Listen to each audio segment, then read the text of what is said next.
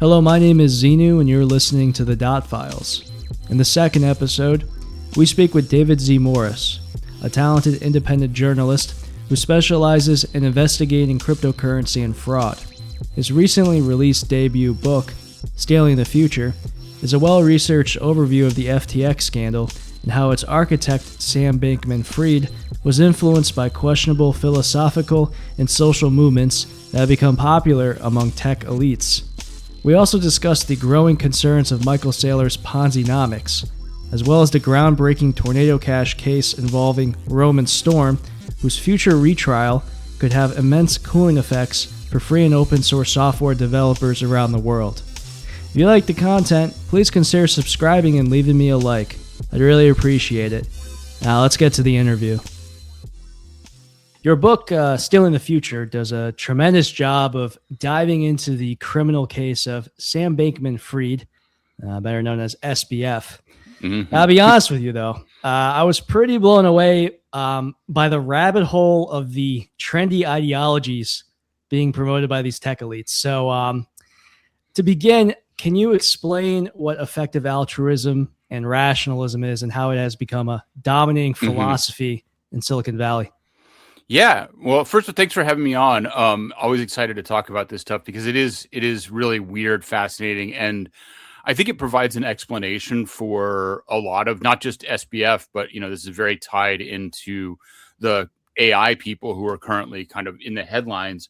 And so I think it's really good explanation of the motives going on here. And the simplest way to put it, especially with effective altruism, and it's kind of right there in the name, it's a branch of what's known as utilitarian ethics. And utilitarianism very, very straightforwardly just means the only thing that should guide your decision making is the impact of your actions. And what that meant for SBF, as Carolyn Ellison testified against him in court, was that he didn't believe that straightforward ethical rules such as don't lie or don't steal were actually, and it seems like he still doesn't believe those are actual like defensible ethical stances under utilitarianism, which is what he believes. And specifically, he was taught a utilitarian worldview by his mother, Barbara Fried. And so I think that is the linchpin of these beliefs, and which is like, what is the outcome? And in a very condensed way to put it, this is basically sort of inescapably an authoritarian philosophy because it's premised on the idea that you know the outcomes of your own actions and that you know basically what's good for other people. And this is basically how SBF acted, right? You deposited your money with him, believing that it was invested in the tokens that were listed on his exchange. But because he knew better than you, he actually took that money and instead of buying that crypto with it, he invested it in stadium naming rights and paying Tom Brady $300,000 a minute and all of those things that were much smarter investments. And that's the ethics that led to FTX. And I think, we'll see how much we get into it, but I think it's very observable in the path that we're going down with AI investment in particular. I think a lot of the same ethics are in action there. Yeah, I'm getting flashbacks to that Super Bowl commercial with Larry David. I actually remember it because I was like, ugh, when I saw it. And then little did I know it would be collapsing pretty soon thereafter. It's such a great kind of example of what happens to these people with such remarkable consistency. And, one of the points that I make in the book is that Sam Bankman-Fried is a useful example because he's actually very stupid and very bad at this. And so he like his sort of bubble popped and collapsed very quickly. But it's not too different from the kind of hype going into, I think most recently, the SpaceX IPO. We've seen some poor performance there because so much of it was just this kind of like hype train. So like I should sort of contextualize this a little bit. I was writing at Coinbase or CoinDesk at the time. I was their chief columnist when all of this was kind of unfolding. And I, like many people, did not see that SBF was a fraud. I've been able to. I specialize to a degree in spotting frauds, and I've been sort of hunting fraudsters for many years in crypto and elsewhere. But FTX was not obvious. The only hint that I had, the only thing I wrote in advance that was like, well, maybe this is kind of suspicious, was when they bought stadium naming rights. Was when they named, I think it's the Miami Heat Arena. They renamed FTX Arena, because that was a thing that happened right before the collapses of a ton of other scams, or at least like a few really significant ones, including WorldCom, which, if you remember, was a .com era like bubble / scam. So people just they make these big predictions. Sam thought he was going to be a big enough operation that he could fund this stadium naming indefinitely, and they just go too big, basically. And that's when you can kind of tell something is wrong, when there are these signals that you would think, oh, this is like an established decades old firm that's like topping off its success by buying stadium naming rights. But no, it's actually just somebody who thinks they're going to be successful, and so is betting on that by buying the stadium naming rights well in advance of their actual success. Yeah, it's funny that that's kind of like a trend of like these fraudsters getting stadium naming rights. I wonder why that is. But for me, I think what kind of tipped me off is like all of a sudden this guy was appearing everywhere. And, I've been involved in crypto for like a decade now. And like all of a sudden he's like on Capitol Hill and like he's just being interviewed everywhere. I found that to be very peculiar because like it seemed like everyone was, worshiping this guy all of a sudden. Yeah. And I think there's at least two aspects to that, right? I mean, one is just straight up, he actually was super connected. And I don't think we even understand fully the extent of the connections there. I mean, something that people don't understand. And unfortunately, some of the bankruptcy victims have misunderstood some of this too and taken it in the wrong direction. But, Sullivan and Cromwell, which was both their outside counsel and their bankruptcy counsel, I mean, that's the CIA's law firm. And that is something that people aren't quite aware of. There are other really interesting, weird things. So, for example, Joe Bankman, Sam's father, I think a lot of people by now know that both of them were quite involved in the actual fraud itself and benefited directly from it. But one of the really, really spooky things that I think people are not as aware of is that Joe Bankman directly hired this guy named Dan Friedberg to be chief legal counsel for FTX Group, which is how people have come to refer to like all of the companies, not just FTX itself. But Dan Friedberg, at the time that he was hired as chief legal counsel for FTX Group, was already known to have been party to this elaborate digital fraud in poker in around like 2013 or something. UltimateBet, right? UltimateBet, yeah. So there are recordings of him advising the UltimateBet team on how to get out from under allegations.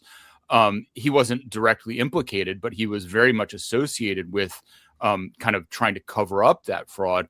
And so it's just, there's very few, let's say, non-spooky explanations for Joe Bankman having hired this known fraudster well in advance. Anyway, this is all to say that there are weird connections. The other half of Sam being sort of so prominent was his very conscious cultivation of this image, right? Like we have things on the record, like a friend of his said that he and other members of the FTX team would kind of intentionally pretend like they were asleep in the office when VCs came by.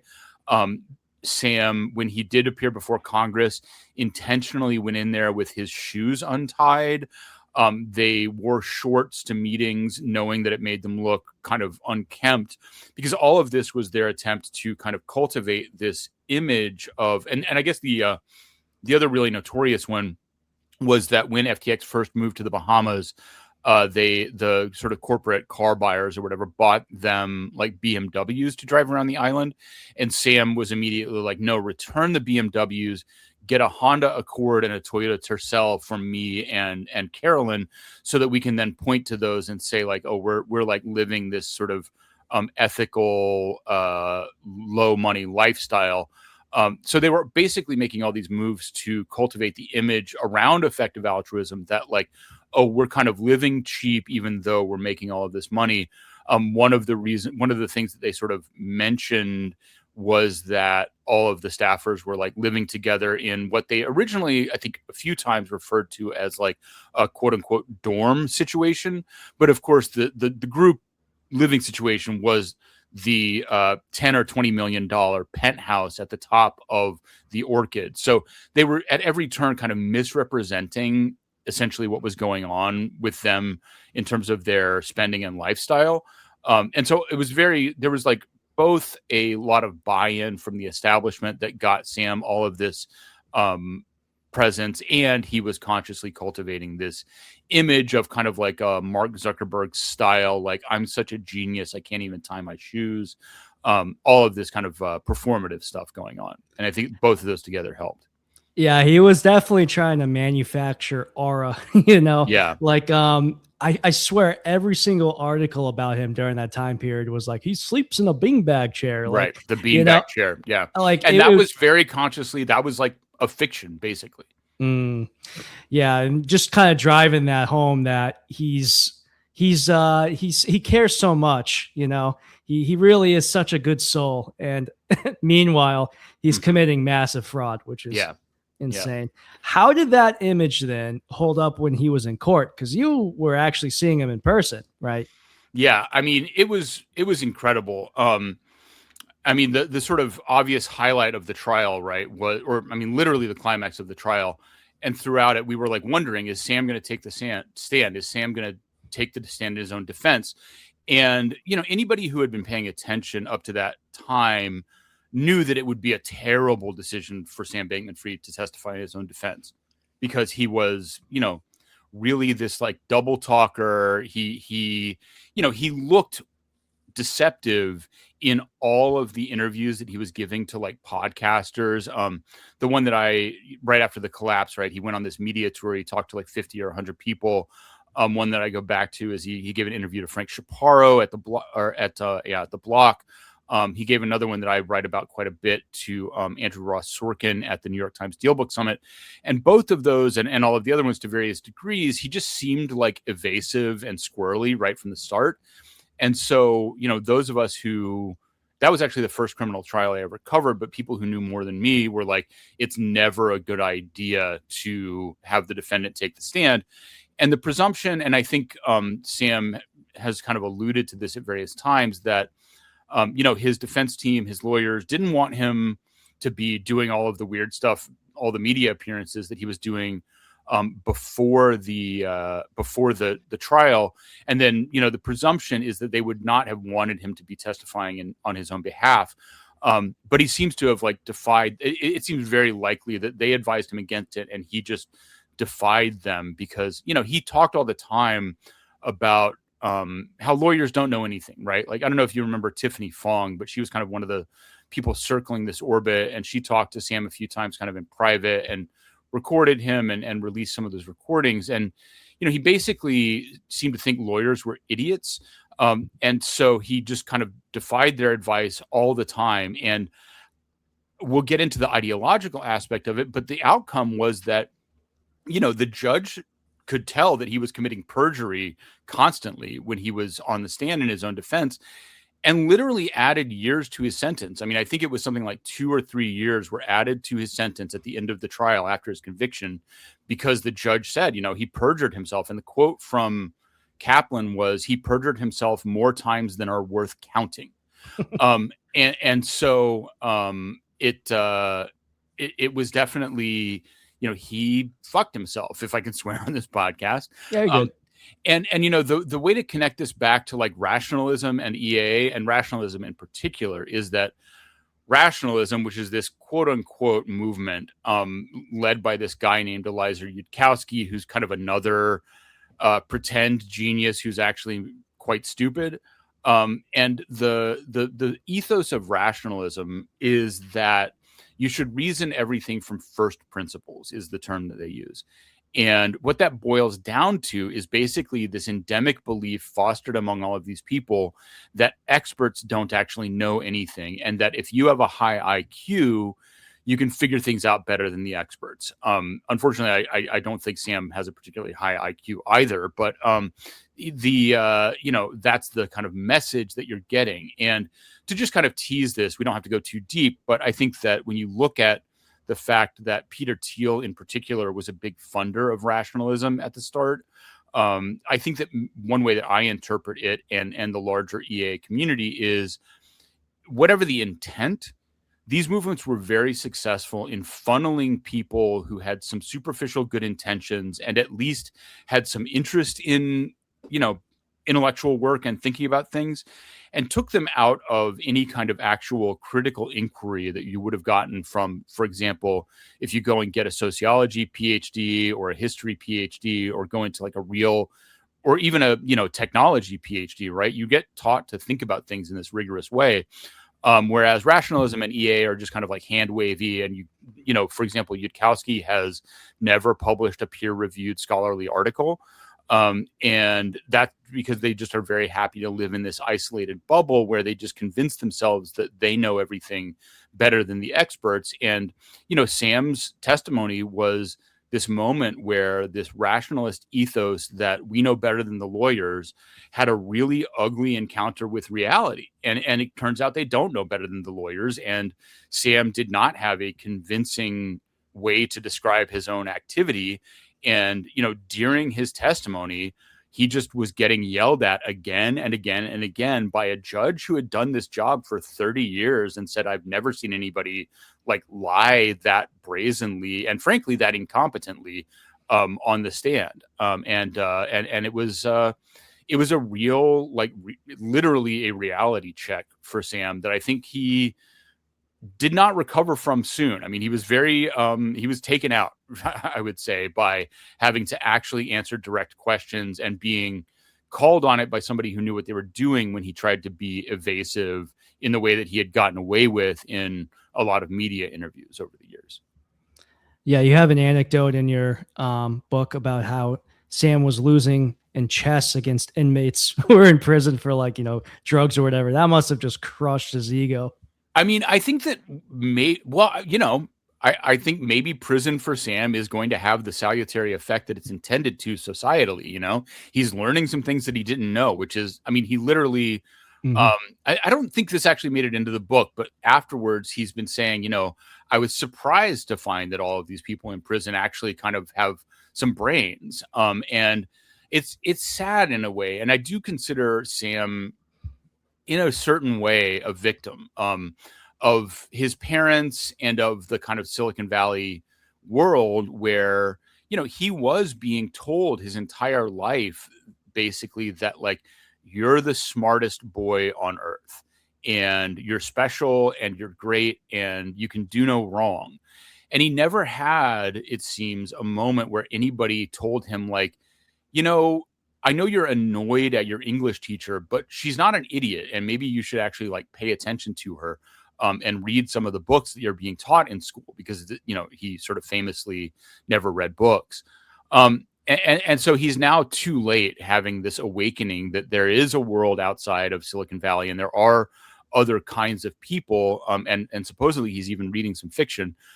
So I hope that, not having his devices, which is another thing that I kind of write about a lot. Sam was very addicted to everything online, and that was kind of the screen through which he saw the world.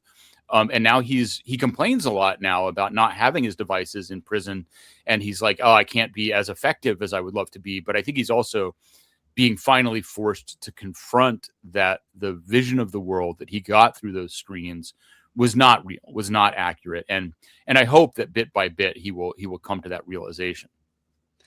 Yeah, I mean, I obviously I wasn't there for the trial, but I did actually check out that Sorkin interview because you had mentioned it a lot. Right. It's a good one.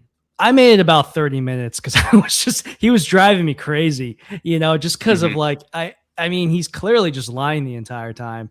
And I give Sorkin credit for just, being professional. That's hard, man.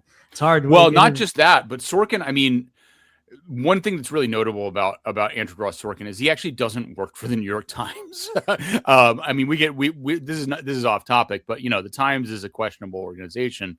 Sorkin was hosting that interview for the Times, but he's an actual like critical and financially savvy person. Obviously, he wrote a really good book about the great financial crisis, and somehow still looks like he hasn't aged a damn day, the son of a bitch. But he actually like held SBF to account.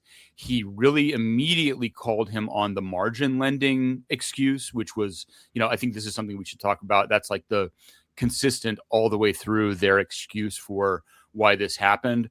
But Sorkin, like, and this is before the trial, this is before there were even criminal charges. Sorkin basically called bullshit on that and knew what Sam was up to right away. So big props to Andrew Ross Sorkin, top to bottom. Yeah, before we get to the details of like the fraud, I do want to also cover though that with rationalism, they're like looking at the world as if it's a solvable math problem, right? Yes. It's very dehumanizing. So I want you to go into like how that actually works. Yeah, so there's a lot of different ways to approach that. One big one is to go back to Yudkowsky and rationalism. And the focus of Yudkowsky, he runs this thing called the Machine Intelligence Research Institute. And he, long ago, decided that super intelligent AI was this major risk for basically science fictional reasons that have nothing to do with the actual risks of AI.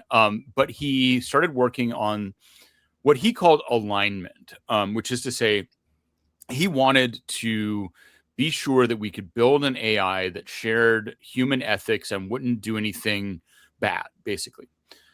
And you get a sense of how simple-minded this worldview is from the very start, because implicit in Yudkowsky's entire agenda is the idea that there is one set of human ethics that we all agree on and that is good. And you basically just have to do what he called reproducible. It's either reproducible or it's encodable philosophy or something. I can't remember the exact term. But he thought that all you had to do was like set down all of these ethical rules in a formal way and then just load them into a computer and you have an aligned AI. And of course, not only is it silly to think that there is any one version of human ethics that we all agree on, but it's actually mathematically impossible, thanks to this thing called Gödel's incompleteness theorem that anybody worth their salt should be familiar with. You can't build a closed system that contains all of its own rules. It's literally provably impossible. And so if you're trying to build this AI and you want to encode it with a total ethical system, it's just not possible. You can't do it. Even if there was one human ethics that we could put into a system, there's always going to be an externality. There's always going to be, ultimately, human knowledge, again, this is something that has been mathematically shown, human knowledge that we use to interact with the world is vastly in excess of the knowledge that we can encode formally in words or any other sort of representation. There's a guy named Tor Noratranders who has a book called The User Illusion that I highly recommend for anybody who's interested in consciousness or intelligence. And so just this entire project is absurd. But what's even more absurd about it is a lot of it comes to be based on this thing called Bayes' theorem or Bayesian probability. And, Bayesian probability is a real thing that is used to sort of mathematically back test, in particular, tests with specific and known failure rates. So, for example, if you get a cancer test, you're going to get a false positive rate of about 2%. So you have to use Bayes' theorem, back test it against known rates of cancer in the population versus the false positive case in the test. That allows you to arrive at the real probability that you have cancer if you get a positive result on a cancer screening. But they take this thing that is useful for evaluating the results of closed systems where the probability is known. Bayesianism is also really useful for calculating the probability of payouts in gambling, for example. They use this closed system theorem and then apply it to the open system of all existence and think that that's going to make their answers better, when in fact it's doing basically the exact opposite, which is making them falsely confident in their answers in a way that leads them to fuck up and destroy themselves like Sam Bankman-Fried did. So that's kind of the gist of, we want to make ethics, not just ethics, but knowledge, a closed formal system, basically so that we can embed it in an AI. And then that feeds into a lot of their ideas about the far future, which we can get into with long-termism, having to do with being able to upload your consciousness to a computer, for one thing, which is a really stupid idea. And then we can get even stupider from there, where we have people like Ray Kurzweil thinking that you can resurrect the dead by having an AI harvest the molecules from their grave. So, you get further and further out from anything resembling common sense the further you go with these people. Yeah, I remember there was one anecdote from your book. Actually, I'll have you tell it. The coin flip to end the world. I think that really demonstrates the craziness of these kind of probabilities. Yeah. And another sort of related to Bayesianism is expected value. And the coin flip is an expected value calculation. So much as with Bayes, expected value is a useful heuristic for when you're calculating outcomes in a closed system. Originally, this was developed by, I'm going to forget the name, but there was a French count who was addicted to gambling in the 18th century. And he got a lot of, including Blaise Pascal, he got like the great mathematicians of the era to work on formalizing ways to gamble better because he wanted to make money. And this is the really embarrassing truth at the heart of like EA and rationalism, is that all of this is based on gambling from the start. But you take expected value, which is this way of calculating sort of the best way to bet in gambling. So for example, if let's say you've got a bet that has a 2/3 chance of paying you $1 million, a 2/3 chance of winning, or no, let's say it's a 1/3 chance of winning a bet that pays out $1 million. So if it's 1/3 and the win is $1 million, then the expected value of that bet is 1/3 of $1 million, or like 333,000 continuing. And so you would pay up to 1/3 of $1 million for the right to take that bet, because the expected value of the bet is I should have used a round number instead of 1/3, but if the expected value is 1/3 of $1 million, then you'll pay up to 1/3 of $1 million to take that bet. That means that a lot of the time you'll lose that 1/3 of $1 million, right? Because you only have a 1/3 chance of the big win. But over time in gambling, and this is where, Sam got his expected value training was, if you're an active trader, if you're like a hedge fund desk, you will take those expected value bets a lot. And a lot of the time you will lose, but over time you can make them pay off because you're sort of, you're not hedging, but you're putting in exactly the amount of money. If the probabilities are correct and the payout is accurate, you're paying just right up to that edge of the expected value. And then over time, you'll lose a lot of them, but you'll win enough that you get it back. Again, though, the EAs and the rats, they think that this gambling system can be applied to the real world. And the way they do it is they take their like Bayesian probabilities, they sort of guesstimate the probability of some outcome, and then they guesstimate the economic value of that outcome, and then they do expected value the same way you would with gambling. But it just doesn't work that way, because what you're talking about here are really complicated social problems. So EAs will try and apply expected value to, for example, and in some cases there is a certain logic to it. So for example, the price of a mosquito net versus the number of lives that it's going to save by preventing malaria, that's an expected value calculation. But then they also do it for much more sort of contingent things, like what's the expected value of getting everybody in Brazil to stop eating meat? And then you start, trying to do radically simplified math about really complex problems, and you wind up sort of owned in the face by reality pretty often. Yeah, it's crazy. And again, I do want you to tell a coin flip. Oh, and I did story. do the coin flip. Yeah. Coin flip. Yeah, so that's all the preamble. I think this this story really illustrates the absurdity of it, because it's I'll let you tell it. Yeah, so it's this thought experiment, which like again, these people like thinking from first principles, so they love thought experiments, they love trolley problems, they love kind of like, I mean, frankly, not to get too dire here, but like one of the unfortunately popular thought experiments is something like what would you do to a kid if it meant saving millions of lives? It's a strangely popular example they use. But in this case, the coin flip at the end of the world is a thought experiment about you have a perfect coin. It's a 50-50 flip. But if you win, if you come up heads, the world becomes, I think it's 201% better, more than twice as good. So it's like 201% better if you win.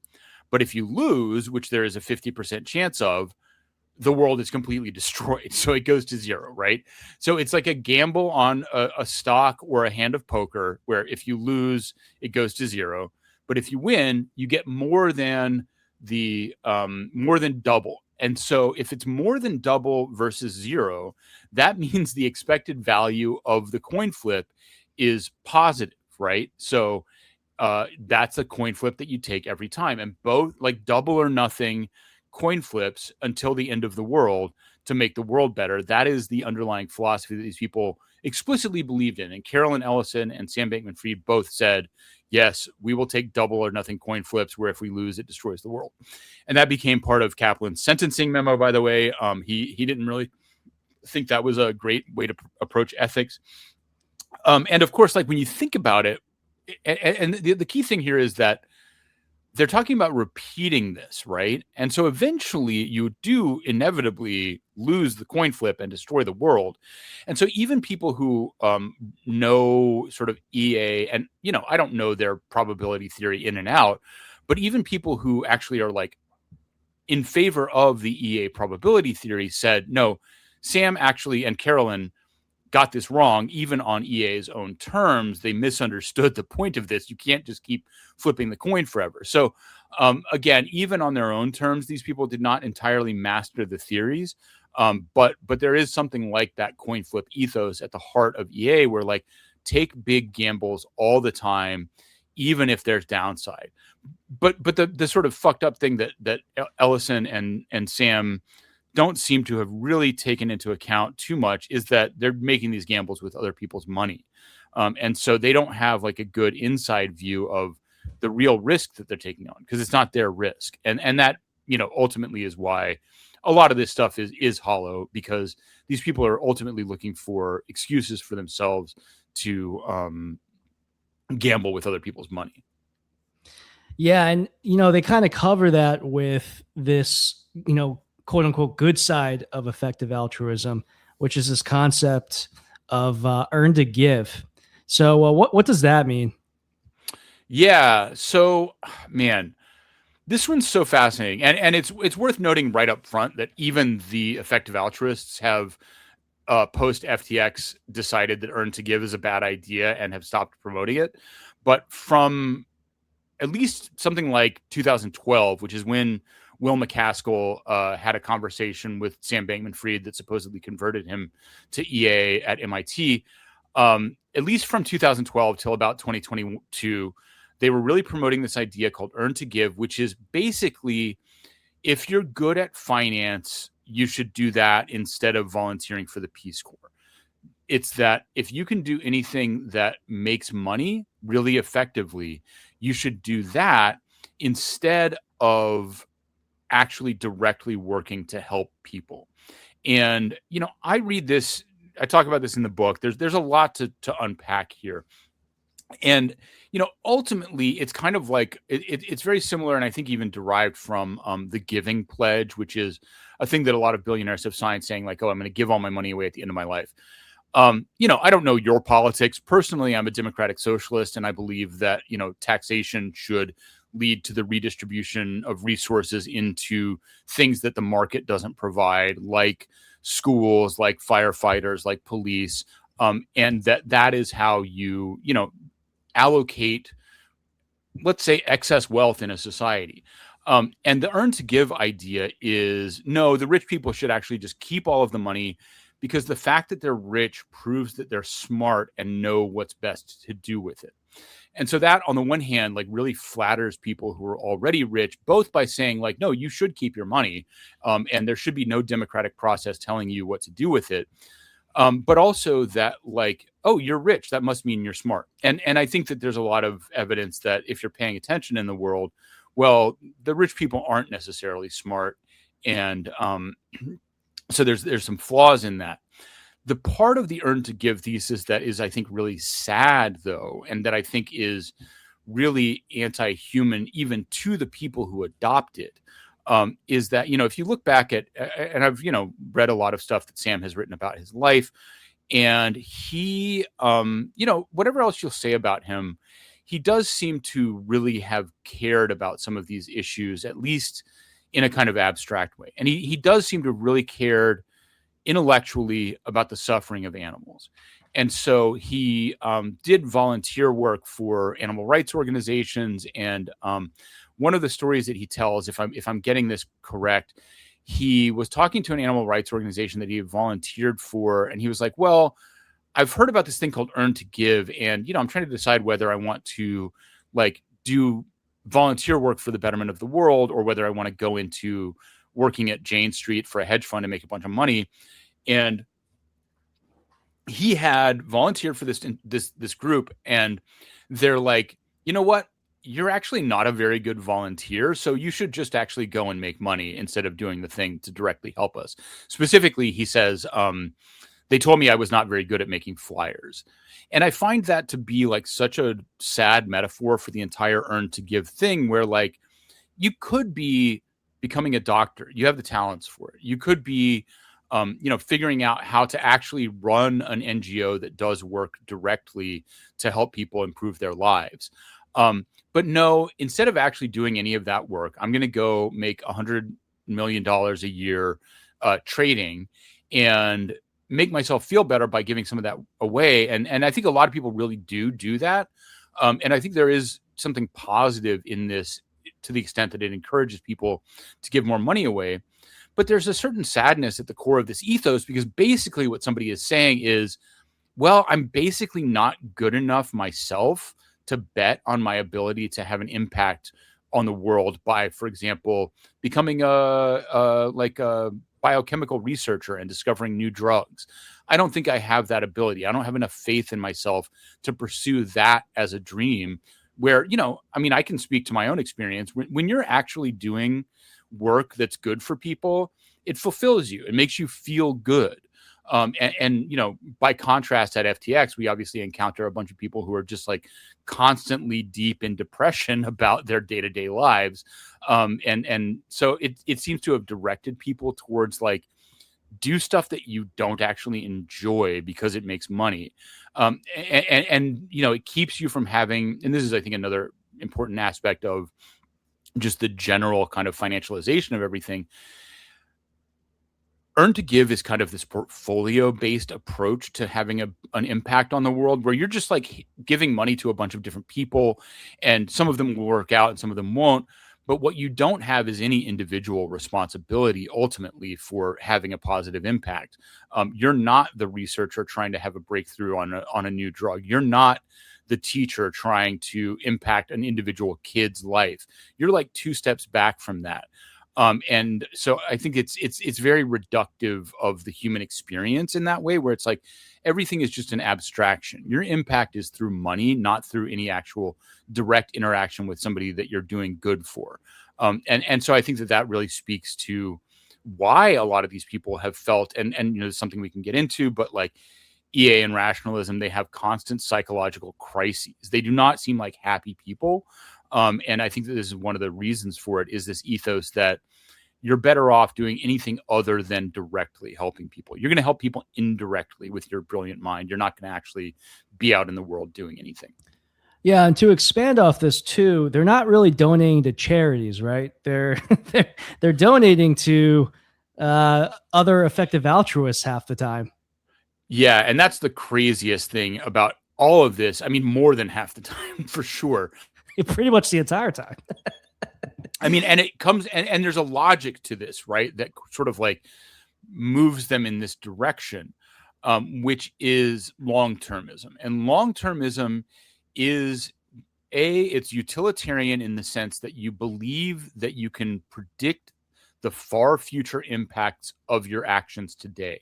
So all of these EAs and rationalists, you know, we can talk about AI timelines if you want to, but they sort of like, on the one hand, they believe AI is coming very soon, but on the other hand, they think they're working for the very far future. So they get very caught up in like, my small actions now have these huge impacts down the road. And a lot of the stuff that somebody like Eliezer Yudkowsky writes about is how important it is, in his case, to teach rationalism to as many people as possible right now. And the EAs believe it's important to get as many people to become EAs right now as possible, because if they start giving all that money right now, that gives you leverage to control the future. And the rationalists think that, like, if we have people working on this AI alignment problem now, we're going to get there faster. We're going to solve it faster. We're going to have a better impact on the future. But what that winds up becoming is, well, we have to devote all of our resources now to making EA as popular and effective as possible, or on making rationalism as popular and effective as possible. And that's the best way to improve the future for humanity as a whole, because we are special people who know these secret things that everybody else needs to know. So yeah, they do ultimately come around to all of this. The most effective altruism is donating to ourselves to make the world more effective altruist. And so it just becomes this like snake eating its own tail style circle. And you know, one of the big examples here is Will MacAskill was one of the two sort of functional founders of this effective altruist movement that came out of Oxford, along with a guy named Toby Ord. Toby Ord, by the way, who thinks that there should be a ruling global council of geniuses who can tell world governments what to do and not do. And he has no idea how he picked these geniuses. He just thinks they should be in charge. But Will MacAskill was also in charge of a bunch of nonprofit organizations that he was sort of funneling money out of FTX largely into organizations that he controlled. So while he was sitting on granting organizations that were basically distributing stolen FTX money, he oversaw the distribution of about $36 million to organizations that he controlled. So a very good object lesson and he had to ultimately step down from those organizations and kind of was like in a cloud of scandal and sent me some angry letters about it. But that's sort of where the logic of all of this winds up is the most effective altruist thing we can do is give ourselves money. Now, obviously, AI doomerism has a huge influence on a lot of this. It's driving a lot of this raising money stuff. Did Sam Bankman-Fried ever talk about AI and kind of like the doomer part of it? Yeah, I mean, it's actually not a very common thing that he talked about, and you know, it's because he was busy talking about cryptocurrency at a time before AI became a big deal. But there are definitely hints that it seems pretty clear that he like believed in it. And one really direct piece of evidence is that he did invest $500 million worth of stolen customer money into Anthropic at an early stage. Which, by the way, is insane considering how big that company has gotten. Yeah, and you know, I want to put a pin in this and talk about Anthropic specifically in a bit. But one other sort of clue that he had absorbed a little bit of this doomerism is when he talked to his, I'll say coach, because the person who was working as a therapist at FTX was not there as a licensed therapist, which ultimately wound up allowing him to talk publicly about things that he had heard from his patients, including Carolyn Ellison, which is crazy. It's just like nobody there has any ethics at all. This therapist was like just totally dishing on his patients. But Sam told his therapist that he thought he only had 5 years in which to have an impact on the world, which is ultimately one of the inputs, I think, into his crimes, right? He thought he could steal this money, use it to hypergrow FTX in a short amount of time, pay all the money back, and then be big sooner. So this is kind of the EA leverage thing where, like, if you steal the money and grow fast, but then you're able to pay it back, that's fine because it's utilitarian and there are no rules. And so that's kind of the logic behind the initial crime. But he thought he had so little time because this like doomer panic is just endemic across EA and rationalism. Everybody thinks they're only going to be alive for like 5 more years, or at least that's what they thought in 2020. You know, like now I think a lot of that, I think there's still plenty of people who are kind of inside that cult, so to speak. But I think obviously the certain people will believe you the second time you tell them the aliens are coming in 5 years, but a lot of people won't believe you the second time. But Anthropic, let's move on to Anthropic. So people on Twitter in particular love to talk about Anthropic because they're like, oh, SBF, he was this genius investor because he saw Anthropic coming early. And like, that's just so not true on many, many levels.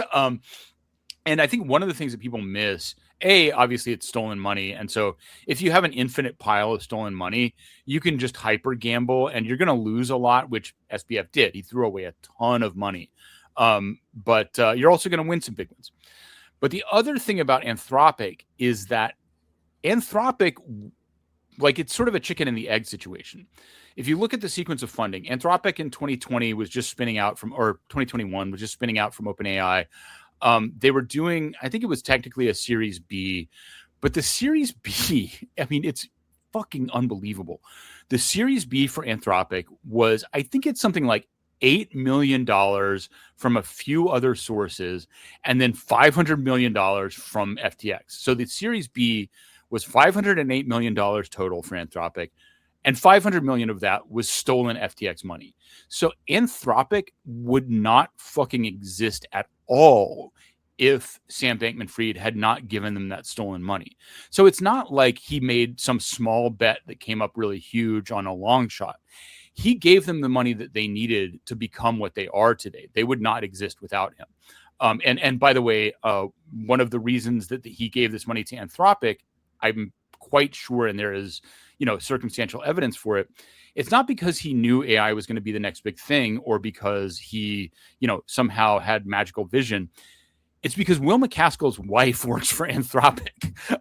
And like, Will MacAskill, that's not his actual name. I don't remember his original name, but he married a woman named Claire Askill and took part of her name and integrated in and became MacAskill. And then they divorced and he kept her name.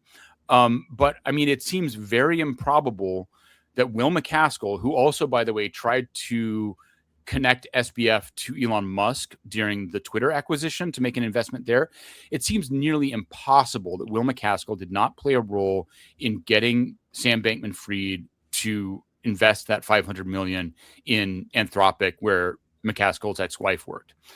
So I think that there is really some significant reason to believe that that was more about corruption and self-dealing than about being a brilliant investor. Yeah, that's crazy. I mean, that's not a drop in the bucket. 500 million. I mean, no. And I mean, like I said, it was 95% of that Series B. Wow. Yeah. Anthropic is a interesting one because, they're using that AI doomerism as like marketing. Yes. Which is all speculative hype. Yeah. And it's insane because like I guess it's similar to like other things where you got to scare people to sell the product, I guess. Yeah, but I think it's a good example of how they just don't like this whole community is so insular and so up their own asses that they don't even perceive what this weird doomerism is doing when they use it as marketing. So, I mean, we're actually, I think they may legitimately have screwed themselves over here because, I don't know if you saw, but like OpenAI is now, they haven't really officially said anything, I think, but they're basically downplaying the possibility of an IPO this year. They're thinking about going into next year. And then I think at that point, it might literally not happen. And part of it is because they've freaked people out so badly by constantly saying that we're going to take all your jobs and then you might die. And like Alameda is like, yeah, we think like 5 times now or whatever. He's been like, oh, this model is really scary. We can't release it. And then they release it. And it just like, it's still basically just making cat cartoons. We seem to have actually hit something kind of interesting with the hacking stuff, but there's still some real skepticism about that too. But mostly it's like they have gotten psyoped by their own messaging where they started talking about how powerful this stuff is before they invented it, before it existed. I mean, the stuff that they're saying that it can do even on the positive side, right? Like, doing protein folding for cancer detection or things like this. This is not stuff that an LLM can do. And that's the technology that they're indexed to right now. And so they're basically just lying, coming and going. But yeah, they got the doomerism out in public and blew up in their faces, and they're super shocked because they don't get that people like regular people are not that excited when you start talking about taking their jobs, because this entire ideology, including earn to give and the AI doomer stuff, its evolution has been funded over 20 years now by these tech billionaires, including Peter Thiel, Yan Talon of Kazan Skype, and Dustin Moskovitz, who's kind of one of the quiet Facebook founders. And those are the people that all of these AI developers are talking to, and all of the rationalists and EAs. And of course, if you're a big capital holder, you love the idea of a tool that eliminates labor, right? Because that's one of your big costs. And so you can just kind of build this frictionless profit machine. But all of a sudden, they started taking that message to like regular ass people, and it didn't play so well. And I think it might genuinely wind up being the thing that pops the bubble. Yeah, I was actually about to say that. This all just sounds like a bubble because, they're promising a lot of things with AI. And it's kind of like, as you said, it does some pretty cool things. I mean, really the most fascinating thing is like visually. I mean, you can really, that's getting really, really, like we've crossed the uncanny valley on that one. Like the stuff they're churning out is crazy. And yeah, the hyperrealism is definitely going there. I mean, and yeah, I'll just second that like a lot of this stuff is very useful, but we can get into why the specific AI they built is like not the thing they thought they were building, but go on. But yeah, I mean, the problem is it's just not getting the revenue that they need. So that's why they're doing this IPO, because they need more money, right? And that just seems like a bubble. Yeah, and I mean, you can really trace how they screwed this up actually quite specifically, because again, if you go back to kind of a different part of Peter Thiel's legacy, he wrote this book called 0 to 1, right? And it's kind of this startup Bible and has been for a long time now. And the core thesis of 0 to 1 is basically the Uber model, where you go in, you spend a ton of money, you subsidize your product for a while to knock out the enemy, whether it's your competitors or in Uber's case, to kind of defang the taxi industry. And then you take over the space, you then jack up your prices, and you become profitable. The problem is that works when you have digital unit economics that actually are profitable. But, these AI companies, the compute is so expensive that they are not unit profitable. Even like theoretically, if they raise their prices to like a $500 a month subscription right now, I think, fact check this, but I think that even now the $200 a month Claude subscription, you can theoretically spend like $14,000 worth of compute a month. So like, and they tried to do token based billing for like a month, and everybody freaked out so badly they had to retract it. So they just have this like loss making product that if they charged the actual cost for, nobody would want to use it. But those costs are not going to go down the way that they need to, and that they would for something like an Uber or like AWS or some of those other things. And so they've used this old playbook for a product that does not scale in the way that a social network does, for example. And they're repeating the mythology that worked a few times. It's a cargo cult in many ways. They're just doing the thing that worked and not really thinking about the specific problem that they're solving right now. Yeah, that's crazy. And I don't know. Hopefully it isn't a bubble, I guess. That wouldn't be good. But well, I mean, they're all bubbles, right? Like we've lived through the crypto bubble, and the question is like, what exactly is the shape of the bubble? And I think that timing is also, I think, again, with the delay of the OpenAI IPO, I think is like potentially fatal in the short term. I think that I think there's a really like 50-50 chance they do not get to go public in 2027 either, and they just stay private a long time. SoftBank loses a shitload of money, and then they eventually figure out ways to eke out some really small margin, being like, I'll point people to a pseudonymous Substacker named Ben Horne, Horne, who has written about this very perceptively. OpenAI has been hiring product developers, and that means they are sort of siloing specific applications now.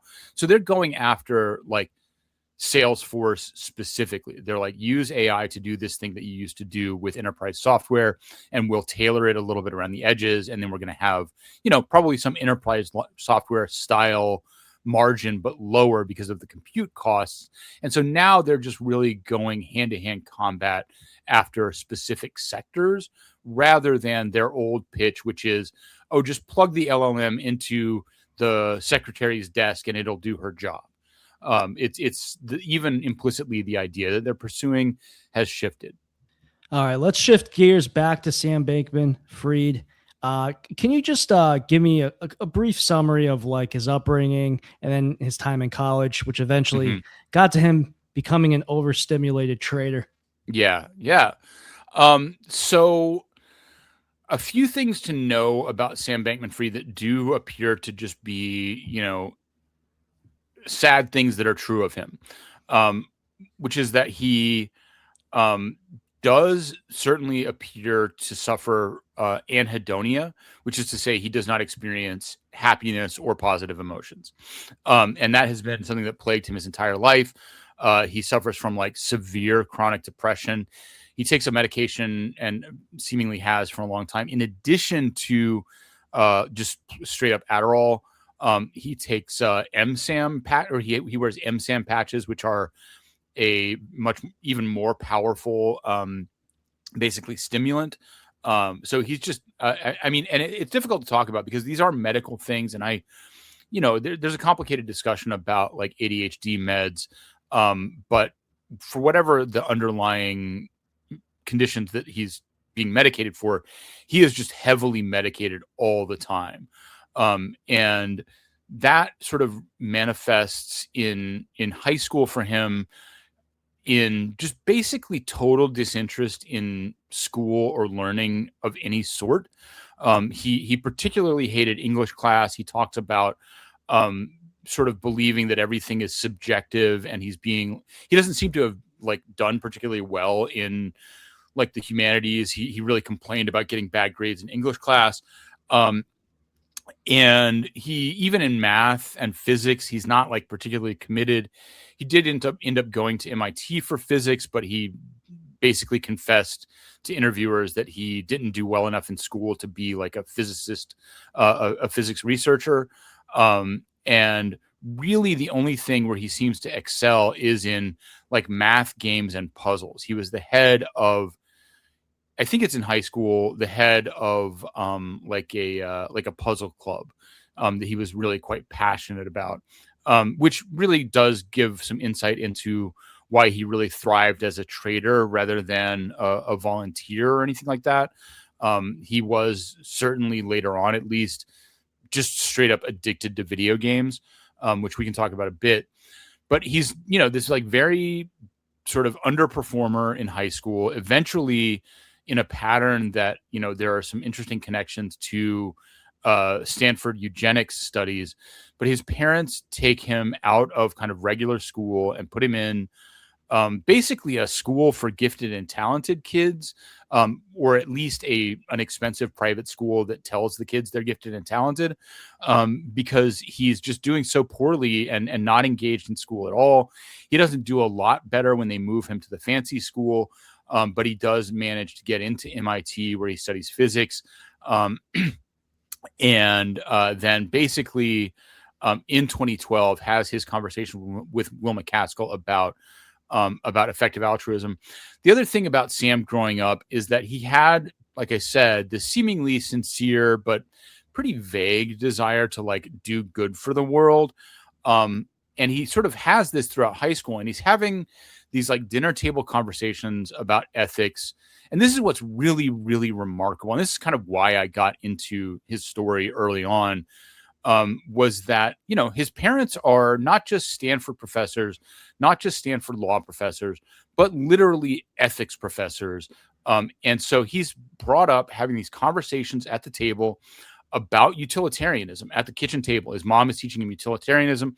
Barbara Fried is also a hardcore determinist, which is to say she doesn't believe that human beings have free will, which is another lesson that Sam was getting taught early on, was that, everybody else is kind of just as much of a robot as I am. Like they don't feel anything either, which I think is an interesting way to understand how he treated other people's money. And so he's getting these ethics lessons from not just his parents, but they are other Stanford scholars coming in and out of the house. And so I think it's really revealing, and it does frankly speak to a lot of darker stuff going on at Stanford specifically, that this kid who got from like the age of 12 a free elite college level education in ethics from the Stanford faculty as a whole, and just goes on to be one of the biggest criminals in human history. And to add to that too, his parents were involved. Yes, exactly.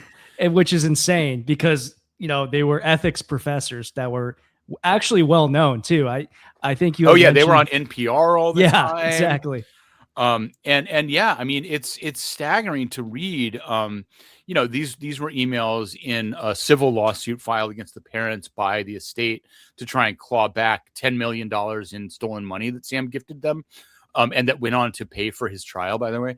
But in those in that filing, we get emails from Barbara Fried saying basically like, here is how to conceal the movement of money into my Barbara Fried's political action committee that I use to send all this money to Democrats. So there are emails showing her coaching them on what appears to be campaign finance fraud. The campaign finance fraud charges did not actually end up getting prosecuted for complicated reasons, but short version is they had to be severed from the trial to get him extradited from the Bahamas. And then once he was convicted, both those and Foreign Corrupt Practices Act charges basically got like not dropped. They are treated as basically true accusations, but there was not a separate trial because his conviction was definitive enough that they just didn't want to go back. And the New York governor decided that they didn't need to prosecute him twice on different charges. But if those charges had been prosecuted, and this is where again we get into suspicious stuff, if those charges had been prosecuted, then Barbara Fried's role in them certainly would have been aired out a lot more, and potentially would have exposed her more directly to criminal culpability, which both of them have escaped so far. So they were, you know, one of the things that I've learned over time, just as I get older, is it's consistently shocking what seeing money does to people. And so as soon as these Stanford professors had sight of $25 million, they were like, ethics, what's that? And let's party, which is just, it's staggering, and it makes you really cynical. But, you know, these are cynical people. Yeah, they even bought a penthouse in the Bahamas, or Sam bought it for them, right? Well, Sam bought it for them, but it was titled under their names. So it was literally fraud. They were fraudulently purchased this home out of FTX corporate funds. And then also given $10 million cash as a gift. Oh, and then also Joe got another $5 million as a gift that he gave directly to Stanford, which I'm sure made his bosses really fond of him. So it's just crazy rampant corruption. Yeah, so let's shift gears and talk about Sam's time at Jane Street. Yes. Yeah, I mean, this is one where there's probably a little bit more kind of circumstantial stuff than actual. Well, no, there are a few interesting stories, I guess. He got recruited by Jane Street very early on. One of the stories that Michael Lewis tells in his book, which, you know, we probably don't need to get it into in too much depth, but like, you know, Michael Lewis gives a very kind of positive view of Sam Bankman-Fried that has proven to be embarrassing for his career. But he does tell a lot of useful sort of stories about what happened. And one of the things that Sam apparently told Michael Lewis about was while he was at Jane Street for the 2016 election, he was building a system to try and figure out who was going to win the election ahead of time. And then trade that, you know, it's the kind of thing that hedge funds do. You want to have better information and using public signals and things like that. And the really funny part, which I think is very representative of Sam Bankman-Fried in general, was he actually did a good job on the data side. He gathered enough data to correctly predict that Donald Trump was going to win the election, and to do it significantly before like the networks called it, like the day of. The problem was that he, and you know, there's a certain, you can be sympathetic to this viewpoint here, but Sam was super convinced, and he convinced people at Jane Street, that Trump's election would crash the stock market. If people remember, this was not an uncommon sentiment among, I guess I would say, regular people. But it did not turn out to be true, actually. As soon as Trump's election was announced, the stock market rocketed. And if you kind of think about it for a minute, well, Trump is a lot of things, but one of them was he was running as a Republican, and people really expected him to deregulate and cut taxes and all of these things that are really good for the stock market. So somebody who's supposedly a professional trader, as opposed to somebody sort of vulnerable to political rhetoric, would probably have been more likely to think, oh, if Trump wins, the stock market's going to go up. But Sam bet the wrong way. And so Jane Street lost $300 million, which was the single biggest loss in the company's history. And that's how Sam Bankman-Fried started his career. So, you know, the signs were there from early on that maybe this genius is not so good at certain things. That's one part of the story there. As I mentioned, that's also where he learned how to think in terms of expected value, or EV. And the culture there was people kind of betting against each other to see, effectively, especially among the sort of younger staffers and interns, they were being coached how to like construct bets that would deceive the bettor, that would like trick somebody into thinking they had a good bet when they actually had a bad bet, all having to do with like probabilities and values. And SBF was actually like so not just good at this, but so mean about it. He would like go around kind of embarrassing people by setting up bets that they were bound to lose, but tricking them into taking the losing end. And he actually, and this is like, you're at a hedge fund, right? The culture is brutal. The culture is merciless. The culture is not be nice. But Sam was so mean and exploitative towards his other fellow Jane Street employees in these like little bets that they were doing, that his bosses had to like take him aside and say, yes, this is a hedge fund. We're notoriously mean and exploitative, but you're too mean and too exploitative for our culture. You need to tone it down a little bit and stop ripping off your fellow interns and first years, which is another really remarkable tell of, you know, who Sam Bankman-Fried is. It's like, you're too off-putting to work at a hedge fund is really something to say. And so from there, he graduated by creating FTX and Alameda. Yeah, Alameda first by a few years, because he did at various times. I think he actually like took a break from Jane Street, if I remember correctly, and went to go volunteer, supposedly for a little while. It didn't last very long, at the Center for Effective Altruism. So he went to go like volunteer for effective altruism to make the effective altruism more effective at altruism. And during that time, he A, really hated volunteering, and B, was just day trading crypto all the time instead of doing his actual volunteer work. And so he eventually, was like, oh, this crypto stuff is interesting. People might have heard about, and then he stood up Alameda Research, got, you know, I think it was like $100 million in starting capital from a few of these big money backers like Jan Talon, and I'm forgetting who the other big lender was early on, guy with of Asian extraction. I can't remember, but he got all these loans. And then they figured out the first kind of big win for Alameda was this thing called the Japan ARB, where they figured out how to, I can't remember exactly which way it went, but Bitcoin was either cheaper or more expensive on Japanese exchanges. And so they could just profit by going in, figuring out how to buy a bunch of that Bitcoin off Japanese exchanges or sell Bitcoin to Japan. I can't remember. Either way, there was a price imbalance. But to do this cross-border trade, it has sort of become clear later, they basically had to do bank fraud in Japan. They set up a bunch of like, you know, sort of fake accounts and all this stuff to get, you know, money in and out of Japan. And then they also, the thing that has become clear later is that while there was this money-making Japan ARB that they did, you know, do quite well on whether or not it was fraudulent.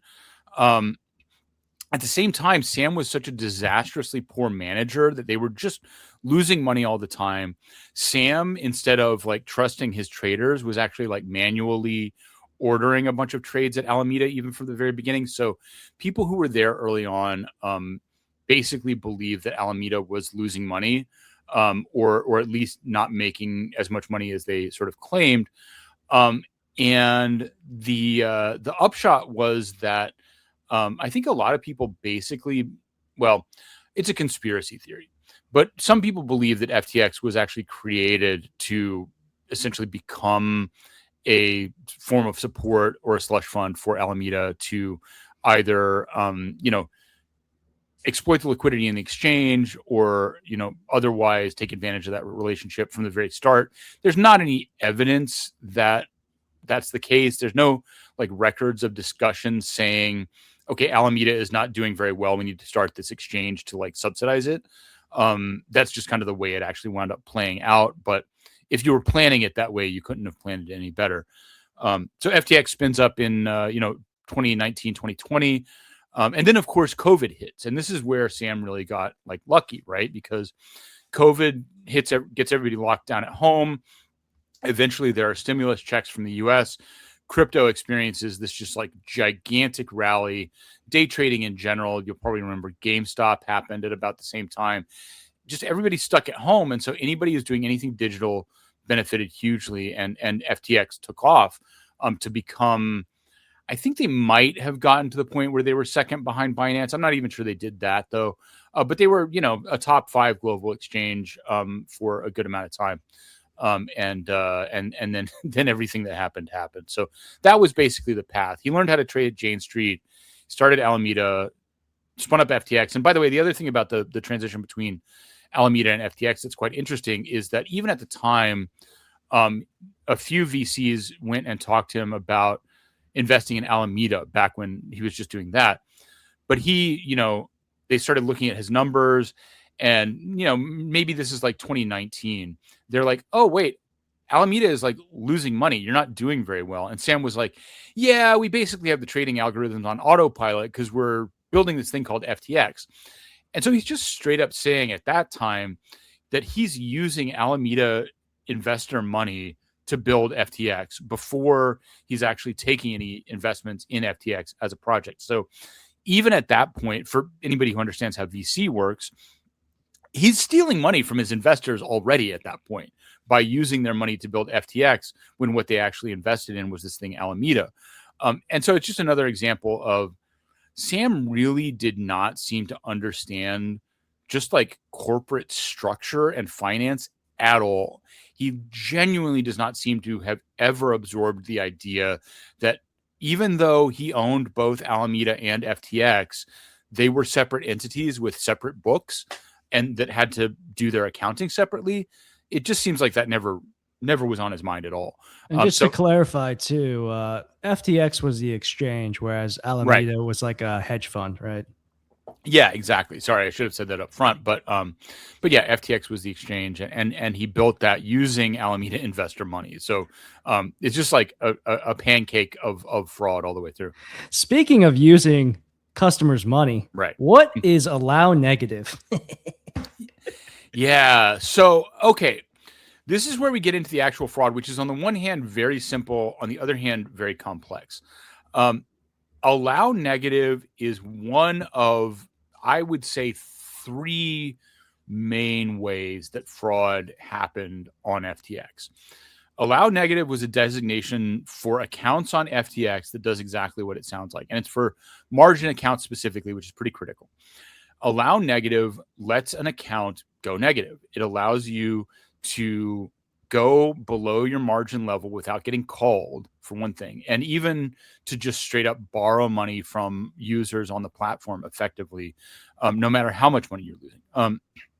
I don't know whether your listeners are likely to know much about margin trading, but you take out a loan that's secured against the thing you purchase and maybe a little bit of other collateral, and the price movement determines whether you get to repay that loan in profit or lose a lot of money, because you can do that when you're leveraged. But if you're a regular user of FTX on the margin trading program, you get liquidated just like anybody else. If, for example, you go a 10x long Bitcoin and it goes down 10%, you're blown out. But Alameda didn't have those restrictions. And what that meant was, I don't want to get super technical, but like they could hold on to a losing position while everybody else at the same level was getting blown up, and then buy up the blown up positions from other people on the platform when they themselves were already negative. So the possibilities for making money when you are not subject to margin requirements and everybody else is like insane, right?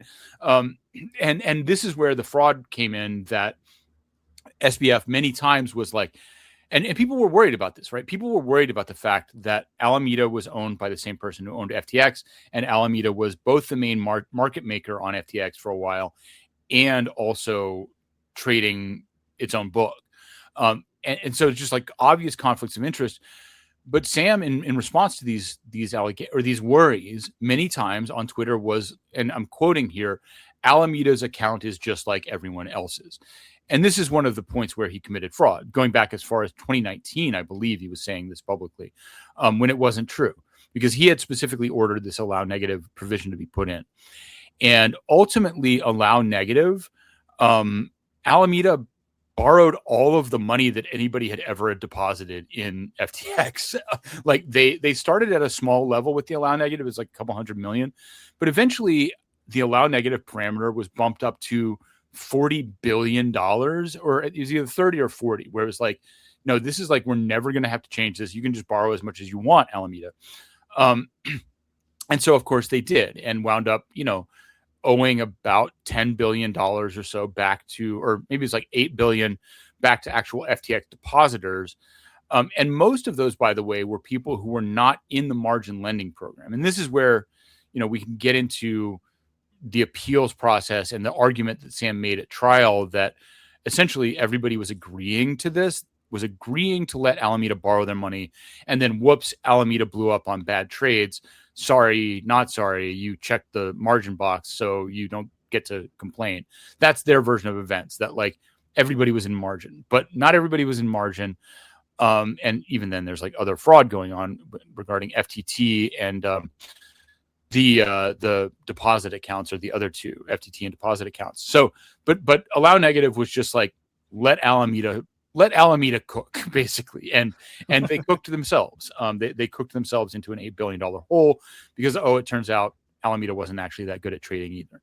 So in addition to allow negative, you mentioned FTT, and what was the other one? FTT, and then the dollar accounts, which became another means of extraction. Which is to say, we'll start with the dollar accounts, because a lot of this is still mysterious, right? The complexity is complexity is not the right word. It's just a mess. And so a lot of this stuff we don't understand, but we did get in the appeals hearing in last November or something like that. No, sorry. This was the actual hearing about the Rule 29. Anyway, there was a hearing this past January, February, where one of the prosecutors, Thane Wren, actually said for the first time something that I had not quite absorbed, and that unfortunately is not reflected in my book. But there were these dollar accounts that Alameda had. They had set up U.S. banking, by the way, fraudulently, which is another part of the fraud. But Alameda had bank accounts where U.S. users could send money to their bank accounts. To get dollars onto FTX, you actually for a long time had to send money to Alameda. So again, there's like this corporate accounting just mess. I don't even know how else to say it, but FTX and Alameda are separate companies, but you're sending your money to Alameda to get it onboarded to FTX because FTX didn't have US banking. But instead of sending that money to FTX, which is what Alameda said it was going to do, it actually just kept it. And Sam claimed this was a mistake, but it's a pretty huge thing to just forget about, because it wound up being another like billions and billions of dollars of customer USD that were just petty cash for Alameda, apparently. And here's where we get to what Thane Wren said at the Rule 29 hearing in February, which is a lot of the people who were making trades on FTX, who had deposited dollars through Alameda, those dollars never made it to FTX, which means that they never actually bought the crypto through FTX that they thought they were buying. So FTX was like showing crypto balances on the platform for crypto that they didn't actually buy, which is actually one of the craziest things, because that means they actually were not having the impact on like Bitcoin prices, for example. They weren't really buying Bitcoin. They were supposed to have, these are round numbers, but they were supposed to have something like several hundred Bitcoin held for customers when they shut down. They had 2 Bitcoin that the liquidators actually found that they actually had. So they just literally were not buying the crypto that people thought they were trading. And instead we're going out and, buying houses for Sam's parents, buying stakes in Anthropic, paying Tom Brady to be in ads. This is what they were doing with the money that was supposed to be used to buy crypto. So that's leg 2 of the kind of fraudulent mess going on here. And then we can talk about FTT, the token, if you want to. Yeah, we can also tie that in too, because FTT is what essentially broke FTX and Alameda, correct? I mean, in the sense that it directly exposed what was going on, and I mean, it did also. I'll back my way into it, but a really high level way of explaining what they did with FTT was they were using something like their own equity as lending collateral going out to people like Genesis. And that makes it very similar to what Enron did. Enron also took its own equity, spun out these falsely separate third parties that were actually related to them, and then used that to load up on debt or dump bad assets through these third parties backed by its equity. Now I'll back up and go through what actually happened with FTT. So FTT was this asset that it's an exchange token. So BNB is an exchange token for Binance, or at least it started that way. Now there's the BNB chain, so it's actually associated with a chain now. But for a long time, these exchange tokens were very common for offshore exchanges to issue. They got users certain discounts, they had certain benefits, but ultimately what they did was they traded as an equity proxy. So if you liked FTX and thought they were going to get to be huge and make you rich, you bought FTT as a way to invest in that entity. And here's the thing that we took a long time to figure out, and I think a lot of people still don't understand, but Brady Dale, who was a reporter, is a reporter, and who worked for, I think, The Block for a certain amount of time. One of the things that he got Sam to spell out in an interview is that, FTX created all of these tokens. They sold a few. It had like a notional float. It had a notional price. But basically, very close to the genesis of FTT, Sam says that they just gave it all to Alameda, which is wild for a few reasons, but effectively was like helping them commit fraud. Because when you're like a company like FTX, you can't dump your own token, right? Because it sends all these bad signals, and you can't even really like sell it, even a medium amount of it. You have to be really cautious about managing your own token, because if you start doing crazy stuff with your treasury, people will ask questions. But by just gifting it to this superficially separate thing called Alameda Research, Sam turned those FTT tokens into much more useful assets for his empire. Because Alameda could then go out and use that FTT and say, like, no, we're not FTX. This is just an asset that we have that we believe in. Sure, we happen to have the same owner, but let's brush that under the rug. But they had this free and clear FTT that they then used as collateral for huge loans. So one of the reasons that like the numbers there are different versions of the numbers of the money lost in FTX. One is that like 8 billion, I believe, is just, and I'm far enough away from it that I'm a little hazy now, but 8 billion was depositor funds. The other 3 billion that gets you up to the basically 11 billion total is investor money, which they took about $1 billion in VC, which, by the way, another huge red flag. No exchange needs $1 billion in capital. And the other 2 billion ish was loans from crypto lenders like Genesis. I believe they even borrowed from Celsius, maybe.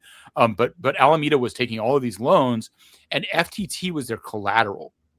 And so this becomes a problem. We get now to CZ, where very early on, CZ saw this up and coming exchange, FTX, and one of the tactics that you can take when you're a business person is like, well, these guys might become a competitor, so maybe I want to own a little bit of them. And just to interject, CZ owns Binance, which is the largest crypto exchange in the world.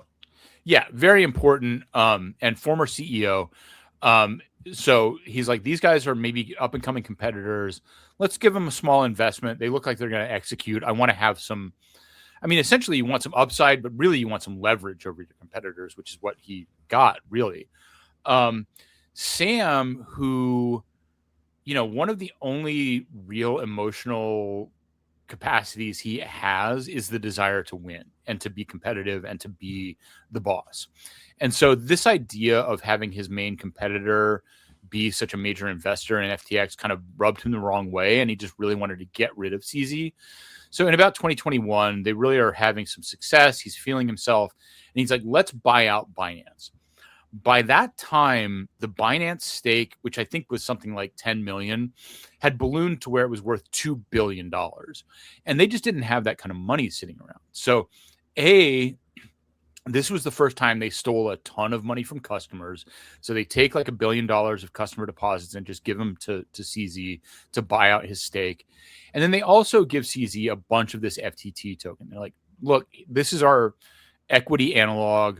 We want to buy our actual equity back from you. Or maybe it was, anyway, I can't remember the exact sequence now, but like as part of buying out his initial investment, he gets some FTT somewhere along the way. CZ has like a big tranche. And then once Ian Allison, we're fast forwarding a bit, but in 2022, Ian Allison gets the balance sheet that we leak at CoinDesk, or leaked to him that we publish at CoinDesk. And immediately after that, CZ is like, you know what? This looks shady. I'm going to sell all this FTT. And there's a lot of nuance here, because the weird thing CZ does, not weird actually, but like the thing that CZ does is he publicly announces he's going to sell all this FTT because he no longer has faith in Sam, basically. FTT immediately starts crashing. It's not clear that CZ actually sold all of that FTT at the time, and he didn't say he did. He just said, I'm going to. But what happens once this really powerful negative signal goes out, FTT starts crashing. And because Alameda has used it as collateral for all of these loans from Genesis and others, they start getting margin called in a really like quick, rapid way. People are demanding to return those loans. And this is, like late October, early November of 2022, when we're just like a few days away from the shutdown. And they also have lenders banging on their door. They can't use FTT to get any kind of bailout money because it's crashing and it's already encumbered. And so in that sense, FTT is what blew up Sam directly, because it gave, he basically handed CZ the gun to kill him with, which is, he had this, whatever small, it was a relatively small stake of the overall outstanding amount of FTT.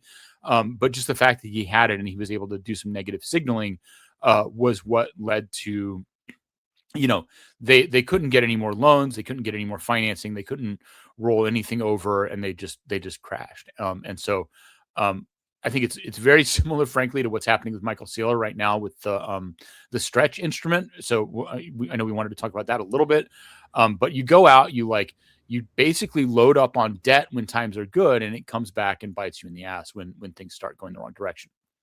Yeah, let's shift to Saylor.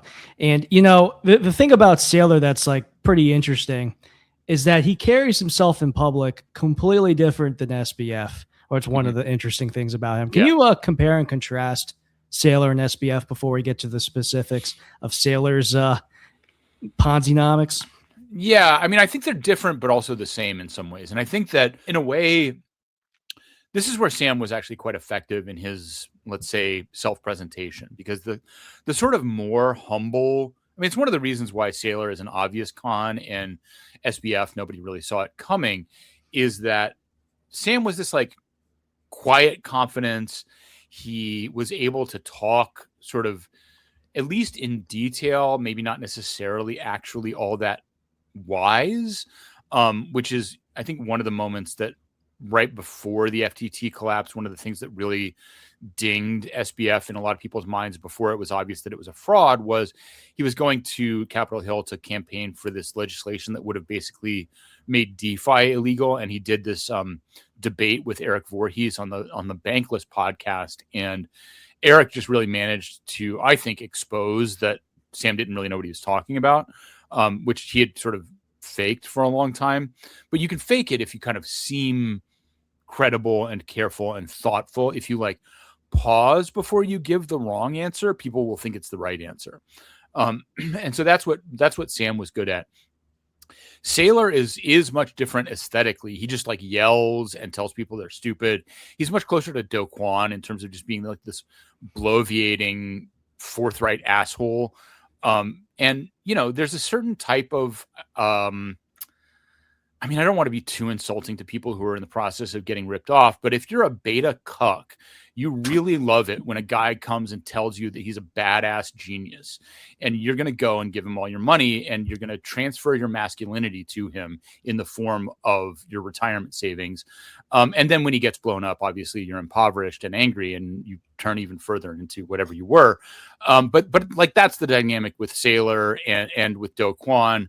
Whereas I think, you know, Sam really tricked smart people. I think he tricked a lot of dumb people too. But, you know, Saylor is the yell and insult people. It's kind of like, if you've read a little bit about scams, you know, in a Nigerian scam email, they actually like intentionally misspell words because they're trying to shake out people who are intelligent enough to detect when something is a fraud, because you really want to focus your energies on the dumbest people and get them to keep doubling down, keep sending you money. If you find the right mark, you can run them like 3 or 4 times.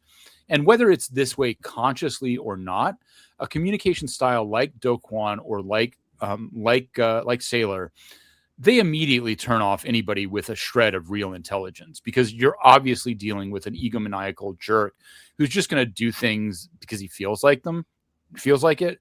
So that negative signaling helps them narrow their field down to just the biggest marks. And in Saylor's case, you then also have, you know, we can talk about the evolution. I think MicroStrategy started off with a certain degree of legitimacy as a proxy trade for Bitcoin, but then you get into this like very complex structuring where people have finally started calling it like a 3-body problem, where you're basically just trying to juggle a bunch of different balls and keep them all in the air, and do financial engineering to make profit, which just like, even if you were a good trader, doesn't work. And Michael Saylor is a very bad trader. So all of these things eventually like reveal themselves as you fake it until you don't make it.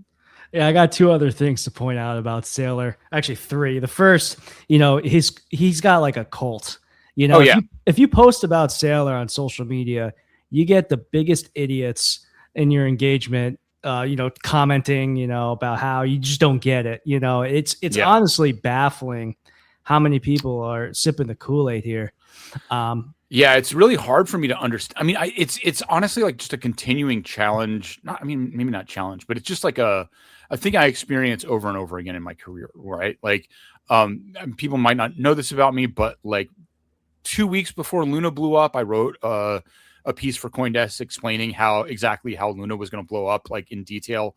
And you can just look at these financial structures and you're just like, oh, that's obviously not going to work.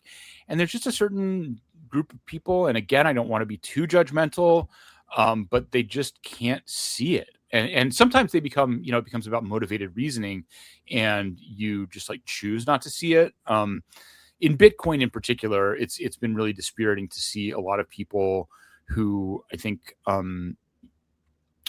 should be acting more responsibly, choosing to mortgage their reputations in order to sell these DATs to Bitcoiners. And the shift in Bitcoin culture over the past 3 years has been just insane to me. I haven't really been paying that close of attention, but I suddenly come back after I finished my Tornado Cash documentary, and all of these people who are like hardcore Bitcoiners are like, yay, Michael Saylor, turn it into a bank.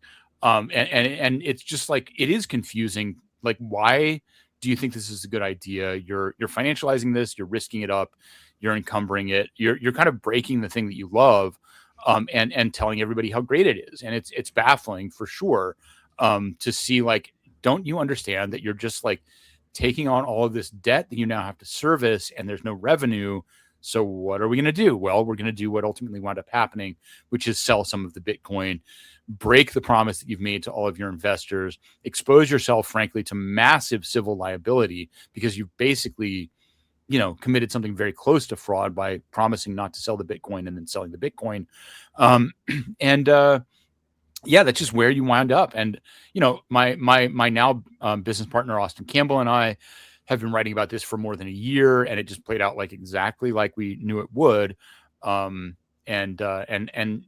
try and help people. I try and save people. I'm out here trying to like spot frauds and talk about them. But, and one of my big next projects coming up is going to be a book generally about spotting fraud. But the main thing I would want people to pay attention to is basically their own emotions. Like, are you being driven by greed? And I think the explanation for why people don't see these things that seem obvious is just greed. They think that they're going to make money, and so they want to believe that, and that becomes their motive for accepting Saylor's arguments, accepting whatever somebody is telling them.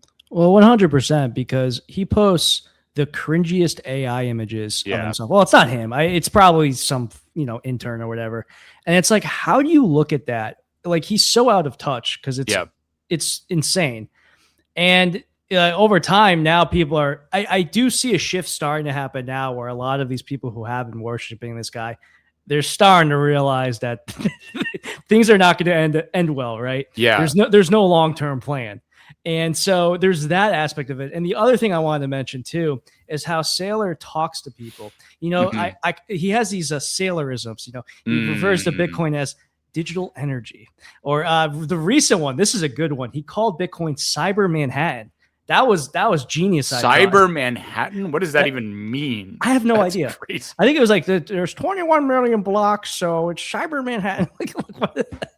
I mean, but he somehow claws his way into people, and I mean, for the past several years, he's headlined every single Bitcoin conference. Yeah, it's fucking crazy, man. And I need to go back and dig up some stuff, because I joined CoinDesk in 2021, and before that in 2020 I was running Fortune's crypto newsletter. So I've been paying some degree of attention to Saylor for a long time now.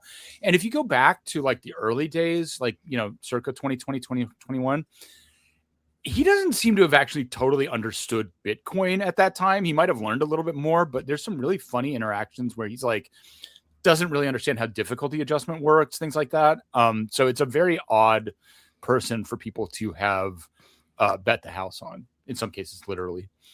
Okay, so just real quick, if you could describe the Saylor Ponzi-nomics, just keep it very brief. But then what I'm really interested with you and your experience with studying frauds, what do you think will be the legal implications of this? And what do you see happening in the short term and then in the long term? Yeah, I mean, I should flag all of this by saying I'm relying on a lot of other people's work who've dug into this analysis.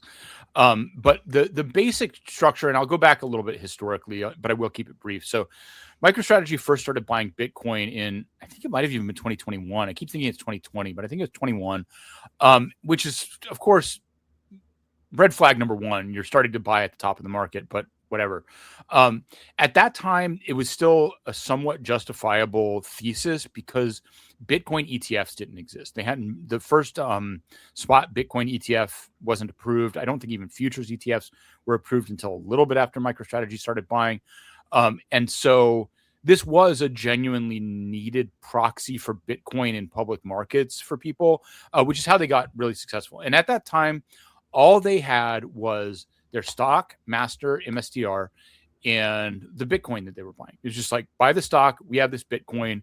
We can show you exactly how much Bitcoin we have relative to the outstanding stock. So we have this MNAV metric. And for a long time, they had this premium, right? They could sell stock for more than the underlying Bitcoin that they already owned was worth.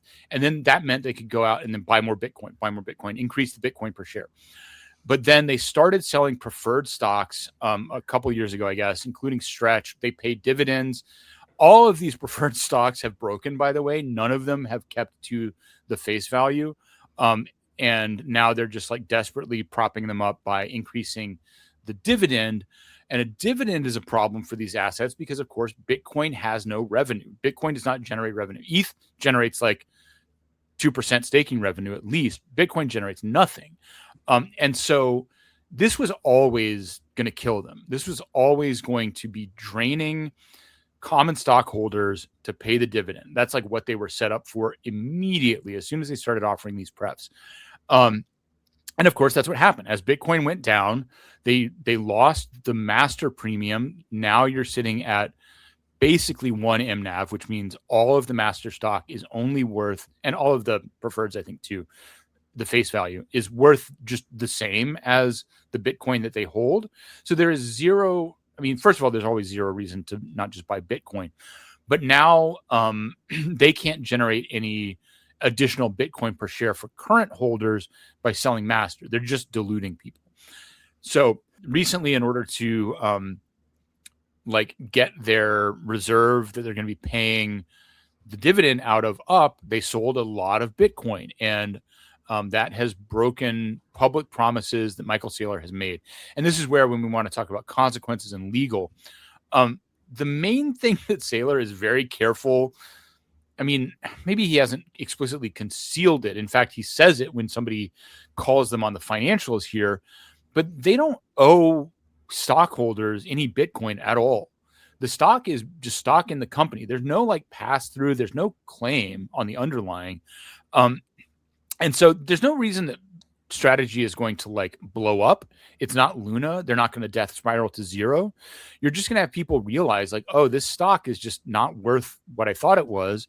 Keep selling down. I mean, right now, Master, the common stock is down 78% over the past year, which is just wild. Like, they've managed to make their stock into a meme coin, which takes some work when you actually do have a little bit of revenue coming from a software business. And so that's really what's going to happen. Is there's going to be some civil lawsuits, class action lawsuits, which are already lining up. I doubt, though it's not impossible, I doubt there will be a serious criminal fraud prosecution. I mean, if the political situation were different, honestly, I think the chances would be higher, but Trump is not going to have his DOJ prosecute Saylor. But what you'll have is civil litigation from people who, for example, bought Stretch based on the fact that Michael Saylor called it a money market account or compared it to a savings account. I mean, it's crazy that won't be criminally prosecuted. It probably should be. I think it's fraud. But what he'll get is civil suits, and then the stock will just bleed out. You know, let's look at the dashboard here for a second, because we actually had Stretch go back up from. It's supposed to have par at I think it was at like $85 today. Yeah, I mean, it went down as far as like 78 or something, which is obviously terrible. And then it has bounced back a little bit. I think it got up to 91 and now it's back down. In fact, I should be looking at a different chart. It's really funny, by the way, the Stretch dashboard doesn't show change over time. It just shows the price today. So in order to actually see what's happening, you can't use the Stretch dashboard. But yeah, it got down. The bottom was like 75, 74. And then it got, I guess it hasn't even touched back to 90 yet. So yeah, it got back to 89, and then it's just gonna float around. It's not going to regain par because they can't. I mean, they could juice the yield up to 20%, and that's theoretically how they get it back up to par. But like, nobody believes they actually can pay that yield on an ongoing basis. And so you're really just like juggling knives. You're trying to like get into Stretch, get 11% yield on this discounted $89 asset, hope that it doesn't crash to 50 while you're holding it. Like, that's the only game in town as far as like long term. There is no long term. It's just, how long do I want to hold this dog shit before I think it's going to crash? Yeah, and it's kind of like Saylor just tapped into this number go up thesis where it's like, oh, it's super cycle all the way. Hell yeah. It's Suzu and Kyle Davies. Well, exactly. And one thing that kind of went under the radar is how they've adjusted their projections for Bitcoin, like repeatedly. Like they had like way higher projections. I'm not aware of this. Yeah. Oh yeah. And so like they kept like moving it back. And that's kind of the problem because, if you're buying into the MicroStrategy thesis or whatever, you're expecting Bitcoin to be worth like several $1 million within like the decade or whatever. And that, I don't think that's going to happen. We're seeing diminishing returns, and that's going to have a big impact. So I'm in agreement that this is a kind of more of like a long-term bleed because it probably will rally once Bitcoin pumps again. Yeah. But it's not going to rally as high as people think it's going to rally. And then the situation is going to be even worse because Saylor has proven that he's not very good at what he's doing. He keeps buying the top and selling the bottom, and he keeps making more crap for people to buy.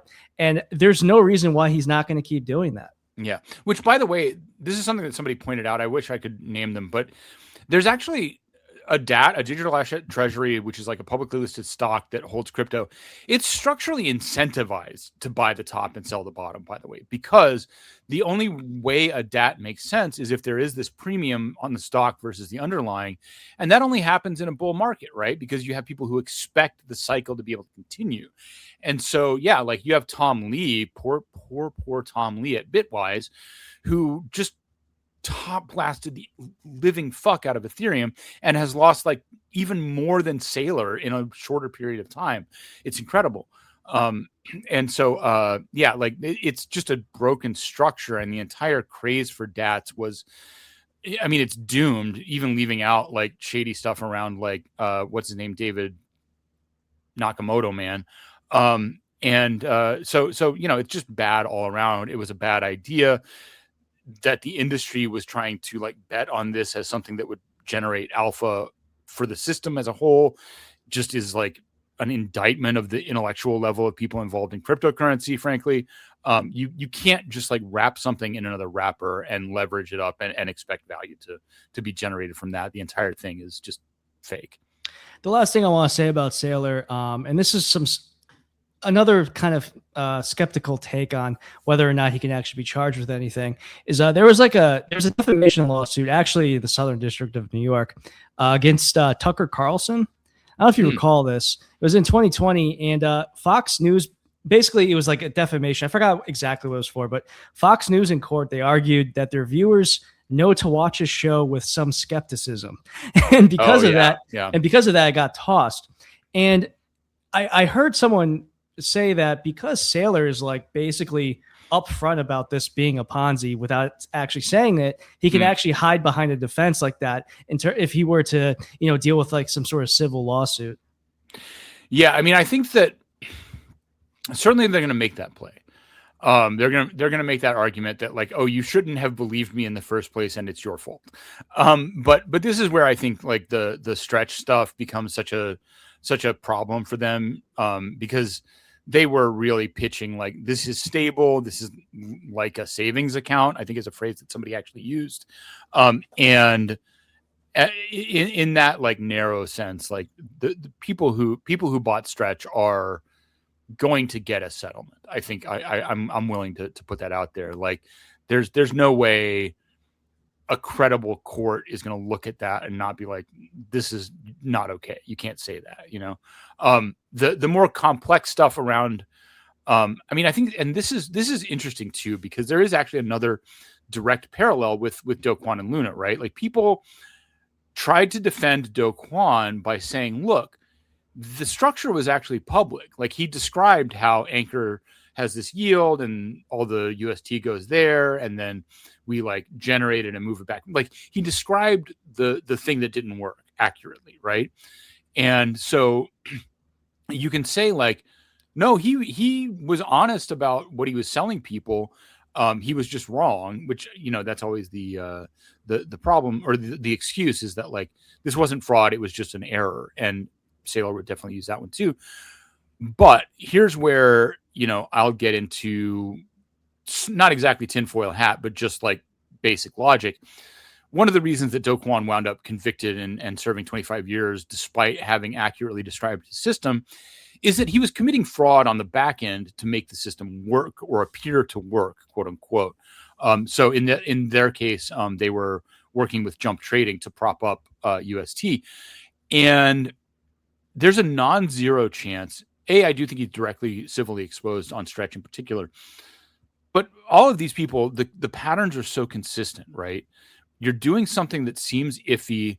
You're selling people something that's not exactly what it seems. Okay, maybe that's okay. But then, oh, wait, we scratched the surface. And then, yeah, you're also doing stuff that you're not talking about at all behind the scenes that is criminal fraud. And I don't know. I mean, this is purely speculation, but I don't think there's a zero chance. I think there's a non-zero chance that there is other stuff going on with strategy that we don't understand at all, that they're like, for example, right now, trying some shenanigans to like prop up this stuff as it fades. Because that's where fraud really starts happening, right? Is once your bad idea is revealed as a bad idea, then you start doing fraud. And so I think, it might literally be happening right now. Pure speculation, not an allegation, just analysis. But I think it's something that people should be aware of as a possibility. Yeah, and to expand off that, two things. One, Saylor, he's got a bit of a history. Okay. Well, there is that too. Yeah. There's that. Again, so another, like, if you did it before, you're going to do it again, man. Yeah. That's just the way it works. There's that. And the other thing too, I don't know if you're aware of this, he won't show proof of reserves for his Bitcoin, which is very bizarre if you think about it. That is weird. And I've heard people mention it, and it is bizarre, right? Like his explanation for it is insane. Like he clearly knows that he should be showing this to people. Yeah. And I guess one reason is he doesn't want people to know he's selling the Bitcoin that he's holding, which makes sense. That makes sense. But then there's the other, tinfoil conspiracy. I got to stop you there. Hold on to the second one. But that doesn't make sense, right? Because you can do like a ZK shielded proof of reserves or something like that. You don't actually have to show them the wallets. So that's bullshit. I think it's because if there's a sudden drop, then you'll know he probably sold. Fair. Yeah. But the other thing, though, is like, obviously, what if he doesn't actually have the Bitcoin that he's holding? And maybe he's lending it out or doing some other shady stuff. I mean, that's fucking scary. Yeah. Yeah. Not even like, yeah. That's the nightmare scenario where like, oh, he's just doing Celsius basically. And it's possible. I don't really know for sure, obviously, but for anyone listening, look up his answers when he's asked about, why he's not showing proof of reserves, because it's freaking weird. Yeah. I mean, that definitely is major red flag. And again, I have no reason to believe that this is the case, but obviously that brings up the worst case scenario where like he just doesn't even have it, and then it all does go to zero, right? And he does go to jail because that is fraud. Okay, I want to talk about Tornado Cash. I know we're kind of coming up on 2 hours soon. I can go over if you want to, no problem. Oh, sweet, thank you. Yeah. All right, yeah, let's talk about Tornado Cash now because I actually got familiar with your work because of your fantastic coverage with The Rage during the Tornado Cash trial. I was basically recapping what you were reporting on my podcast every week because it was a nice summary of what was going on and everything. And so I want to explain to my listeners, or I want you to explain. I'm not going to what Tornado Cash is and the charges that were brought against Roman Storm. Yeah. So Tornado Cash is a decentralized mixer on Ethereum that you can actually still use, and if you're a United States citizen, it's legal for you to use. It's not that much different from like Samurai Wallet. Samurai Wallet was custodial. Tornado Cash is non-custodial because of Ethereum smart contracts. But basically, it's you deposit money into a big pot. You get a receipt that you can then take to a fresh wallet that's not linked to your previous activity, send the code on your receipt back to Tornado Cash, and it sends you your money to your wallet. And that just is what it does. They built that. They won a hackathon at Harvard in 2019. Dragonfly Capital funded it. They built it, and then North Korea laundered $600 million to fund their missile program through it. And they were all immediately charged with sanctions violations, money laundering, and what's the third one? damn, I'm forgetting, but MTB, unlicensed money transmission business operation. So those are the three charges against Roman Storm. The crux of the issue is that, as people might understand, this was a genuinely, and we deal with fake decentralization in crypto all the time, where like, no, somebody just actually has a key. In this case, in 2021, they genuinely threw away their keys. Tornado Cash worked; it still works. And they threw away their keys and had no ability to monitor or prevent anybody from using it. And then North Korea comes along and uses it. Several other criminals use it for laundering the proceeds of large hacks. And they get charged with money laundering, even though they did not communicate at all with any of the criminals. And even though they did not have any ability to block that activity. And I won't get into the legal craziness of it, because I just finished a 6-hour documentary about exactly that people will just have to check out once it's out. But essentially, groups like the EFF, the Electronic Frontier Foundation, and Ethereum developers basically believe, and the DeFi Education Fund, Amanda Tuminelli is the legal analyst over there. These are people who argue that the way the feds are prosecuting this case makes all developers of decentralized smart contracts liable for abuse of those tools by bad actors. So essentially, the theory of the Tornado Cash prosecution, it's the equivalent to if somebody bought a Wusthof kitchen knife, went on the London or New York subway and stabbed 12 people, and then you go and charge the Wusthof company with murder. That's basically what has happened here. And it's because the legal system is not built to deal with these decentralized systems. But it's also part of a much longer tradition going back to basically the 1970s of the US government and governments in general trying to limit access to anything that provides genuine digital privacy via encryption or other kind of cypherpunk style tools. People might be vaguely familiar with the case of Phil Zimmerman, who created and published the code that's now known as PGP, or Pretty Good Privacy. So it's just peer-to-peer chat code, basically. And he got threatened pretty seriously with federal prosecution for releasing that in the mid-90s. The EFF defended him, and now they are part of the sort of amicus side of Roman Storm's trial. The current status of the trial is in July, Roman got convicted of the least count, which was operating an unlicensed money transmission business. July of last year, right? July of last year, yeah. And the jury hung, which in some ways is good, in some ways not so good, but the jury hung on the two more serious charges of money laundering and sanctions violations, because basically the defense pretty convincingly argued that Roman didn't actually make any money off of North Korea using the system. Tornado Cash doesn't charge fees, for example. And also just that there was no conspiracy, in the sense that they didn't talk to the bad actors, they didn't talk to the bad guys. And a really crucial thing in Tornado Cash, which is different from Samurai Wallet, by the way, which is a parallel, similar but distinct case, the Tornado Cash guys seem to have really genuinely been optimistic, idealistic adherents to cypherpunk principles, which is that there are good reasons that you want to have financial privacy. If you want to make donations to controversial causes, if you want to just keep your own affairs private, these are all legitimate legal applications for a real privacy tool. And the way that Tornado Cash was built, with no controls, no identity, that's the only way to genuinely build reliable privacy on chain. And so what this case essentially is arguing is that it's illegal to build real privacy on a cryptocurrency system. It might be illegal to build real messaging privacy. The Supreme Court decision that would legitimize this case would have to effectively decide it is illegal to build privacy tools. That's it. That's what they're going for here. And so the process here is going to be long.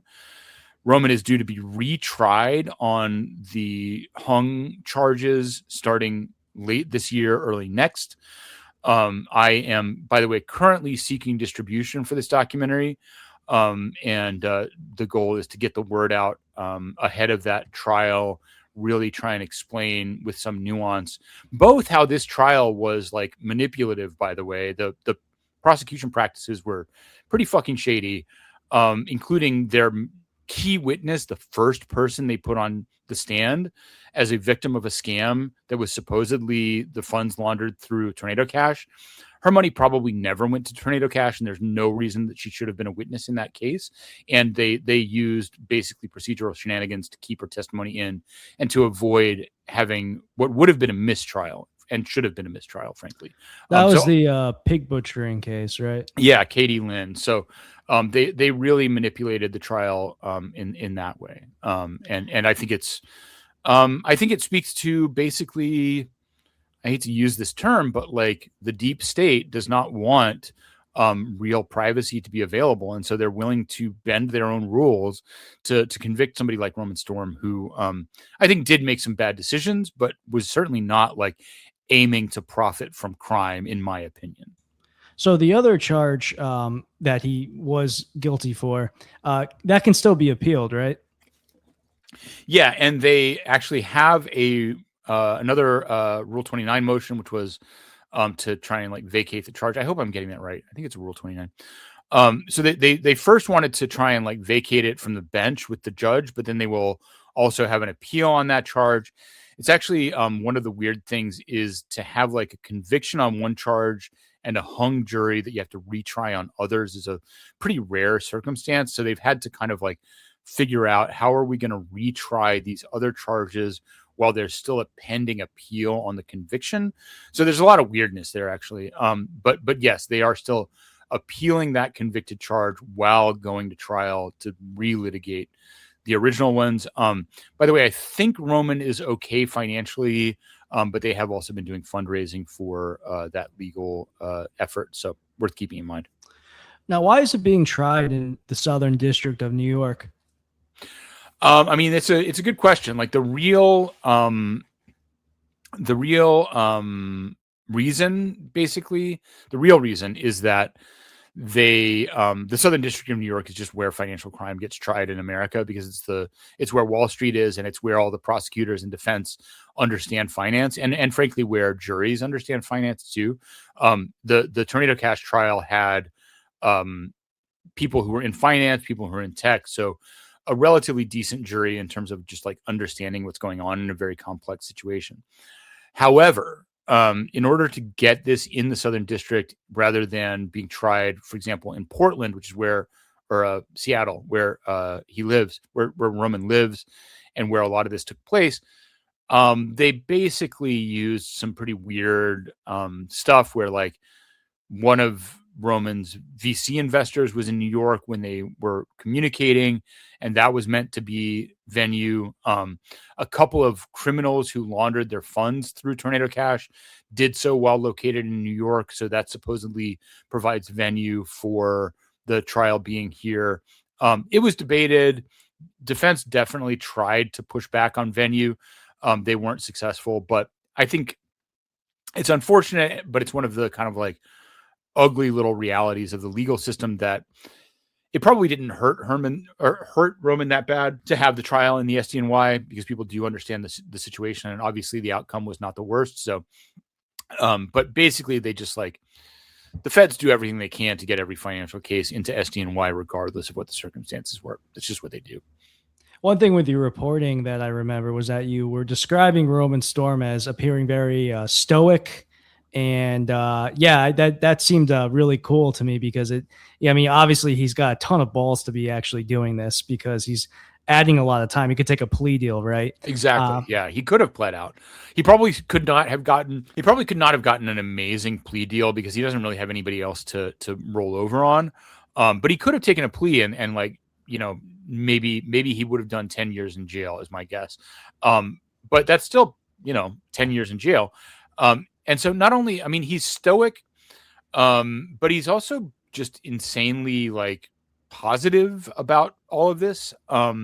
He has really kept up good spirits, and I spoke to him a few times. I'm generally very careful as a reporter not to like be close to subjects. You don't really want to be talking to the defendant of a trial while you're covering it, but he's so personable that he's just like, for example, when there were recesses in a trial, in a criminal trial, in a federal trial, there is a lot of slow parts, and you're sometimes just hanging out in the courtroom, and sometimes you're just hanging out in the courtroom with the defendant, and people will just be like hanging out and talking. And he was, very chill guy, so to speak. Really, really nice guy on a personal level. I think that even though he didn't testify, I think the jury probably got a sense just from looking at him that he doesn't seem that weird. I guess it's just the simple way to put it.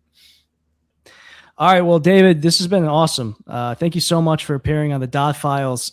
Before we go, do you have anything you want to promote? Yeah, I have so much to plug, but I'll limit myself to 2 things on this. Well, let's do 3 things. So if you're interested in Sam Bankman-Fried, obviously the book is called Stealing the Future. Really easy to remember the title. It's available everywhere. It has been very well reviewed. The American Prospect called it one of the most important books of 2025. It's got a lot of stuff in there.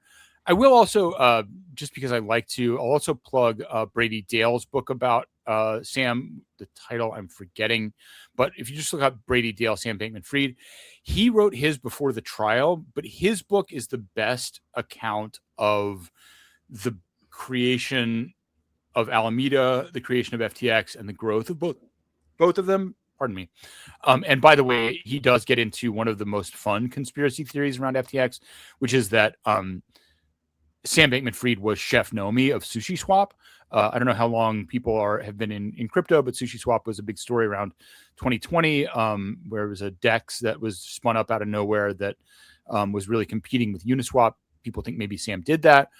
Anyway, so that's my first plug, is for Stealing the Future, my book. My second plug is for Zero Knowledge Group and Zero In newsletter. That's where I am working now with Austin Campbell. People might know that name. And we every week, every 2 weeks now, but it'll be weekly soon, have newsletters that go out that talk about Saylor. We accurately predicted that SpaceX would dump. We're putting out guidance on assets all the time. So people who are actually in the markets, we're trying to give you sort of the skeptical, cautious take. And there's more to come there. The third thing that I'll plug, so just look up Zero In, and hopefully we'll have some links in the show notes here. And then the third thing is my own personal newsletter, Dark Markets, which is specifically about like EA and Silicon Valley ideology, and rationalism and AI ideology more than the AI kind of finance and tech side. But if you want to get into the weirdness, if you want to read about the Zizian cult that killed 4 people to prevent the AI apocalypse, Dark Markets, we have a newsletter out every week that covers various things that these absolute freaks are up to. Well, there you have it. Thanks again, David, for joining the Dot Files. Have a great day. Thank you so much, Zeno. This is really, really fun. Thanks for letting me go long. I don't get to do it very often. All right. Have a good one. Thanks.